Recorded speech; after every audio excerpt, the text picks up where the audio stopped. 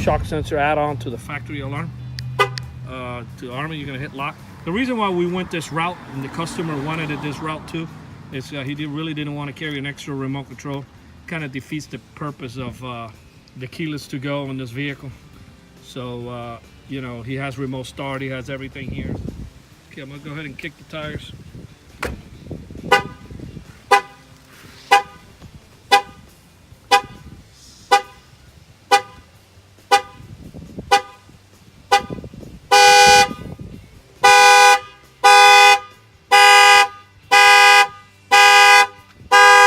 See, the text message just came in. Comes in very quickly. It takes about 3 seconds. This is the last one. Okay. That's basically it. Actually, we'll do it again. That way you can hear the ringtone. We'll just close the phone up. That way you just hear the ringtone. You'll see how fast it comes in, so you can get an idea. I'm gonna go ahead and kick the tire again.